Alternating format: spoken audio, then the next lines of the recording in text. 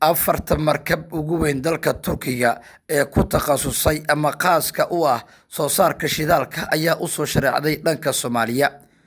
Warbaahinta Xuuraansi waxay dabagal ku sameysay bogagga gaarka ah oo ay leeyihiin hay'adaha Turkiga u xilsaaran dhanka batroolka, waxaana ka muuqda afartaas markab ee u soo dhaqaaqay dhanka Soomaaliya, iyadoona ujeedka uu yahay sidii ay u soo saari lahaayeen kheyraadka dabiiciga iyo sidoo kale in shidaalka Soomaaliya laga dhigo mid wadamada caalamka fursad ahaan ay u heli karaan xilligaani. Ilwareedyo kala duwan waxay dhanka kale warbaahinta Xuuraansi u sheegeen in dowladda federaalka Soomaaliya mas'uuliyiintooda kulan gaar ah ay la qaateen safiirka Turkiga u qaabilsan arrimaha Soomaaliya, kaas oo la wadaagay xog ama macluumaad ballaaran oo la xiriira dhaqdhaqaaqyada guud ee Turkiga uu ku doonayo inuu ku soo saaro shidaalka Soomaaliya. Saraakiil, mas'uuliyiin iyo xubno kala duwan oo Ankara ka tirsan ayaa waxay dhanka kale sheegeen in maalmihii u dambeeyay kulamada safiirka Turkiga ee Soomaaliya uu la qaadanayay mas'uuliyiinta kala duwan dowladda federaalka Soomaaliya iyo saraakiisha Turkiga ee Soomaaliya jooga in uu kala hadlayo sidii loo dhinac dhigi lahaa awoodda siyaasadeed ee Ankara ay ku doonayso inay ku soo saarto shidaalka Soomaaliya ugu dambeyn 5 bisha Diseembar 2025, iyadoona ugu dambeyn sanadka kale ee soo socda Soomaaliya ay fursad u noqon karto marka la eego xaddiga awoodeed ee la xiriira dhanka soo saarka shidaalka Soomaaliya. Warbaahinta Xuuraansi waxay dabagal ku sameysay arrimaha ka xaqiiqada ah maraakiibtii iyo qalabkii hore loo keenay, iyadoo aynu baarista inta aynu wadno ku ogaanay in qalabkii Turkiga uu keenay uu diyaariyay, sidoo kalena ciidan kooban oo si hordhac ula shaqeynaya ciidamadooda in ay diyaariyeen, kuwaas oo tababar ku dhameystay gudaha dalka Turkiga, dhowaana loo soo xiri doono tababarkooda. Soomaaliya ayaana dib loogu soo qaadi doona.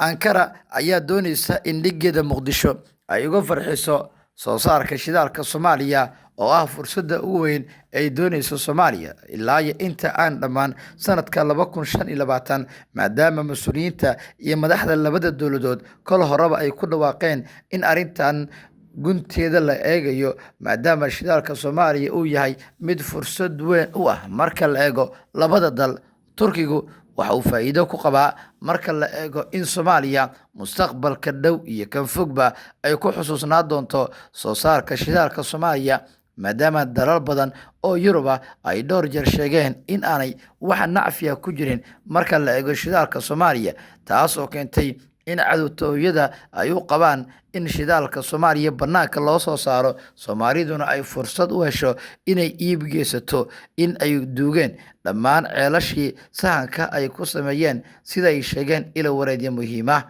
Wararka soo baxaya waxay tilmaamayaan in ay socdaan dhaqdhaqaaqyo guud oo la xiriira dhanka iyo howlgallada, iyadoona mas'uuliyiinta Turkigu ay diyaariyeen in ay sameeyaan abaabul xooggan oo ku aadan in shidaalka Soomaaliya bannaanka loo soo saaro. Sargaal sare ka tirsan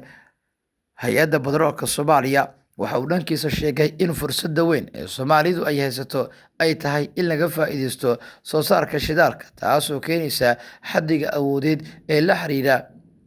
in la helo fursado kale oo muujinaya in Soomaalidu ay markaan ka faa'iideysan karaan soo saarka shidaalka dalkooda hooyo si ay u helaan kheyraadka iyo nacfiga faraha badan. Turkiga ayaa saamiley wanaagsan waa boqolkiiba inta uu ka heli karo shidaalka loo sameeyay, taasoo ka dhigaysa in Ankara ay ka faa'iideyn karto xilligan shidaalka Soomaaliya, iyadoona u faa'iideyn karto dalkeeda si ay u hesho ama u helo Turkiga lacagta celceliska ee saaran dhanka iyo soo saarka shidaalka Soomaaliya.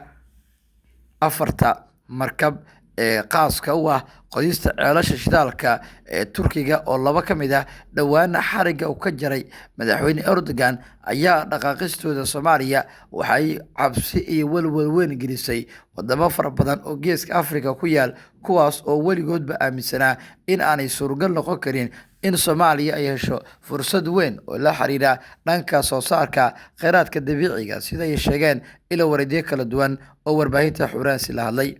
Wararka soo baxaya waxay sii tilmaamayaan in madaxweynaha dalka Turkiga Erdogan uu Soomaaliya tagi doono iyadoo aanay ilaa haatan waqti rasmi ah oo arrintaas la xiriira aanay la soo saarin, waana midda keentay in mas'uuliyiinta Ankara iyo sidoo kale Muqdisho ay bilaabaan sidii loo xoojin lahaa isku xirkooda.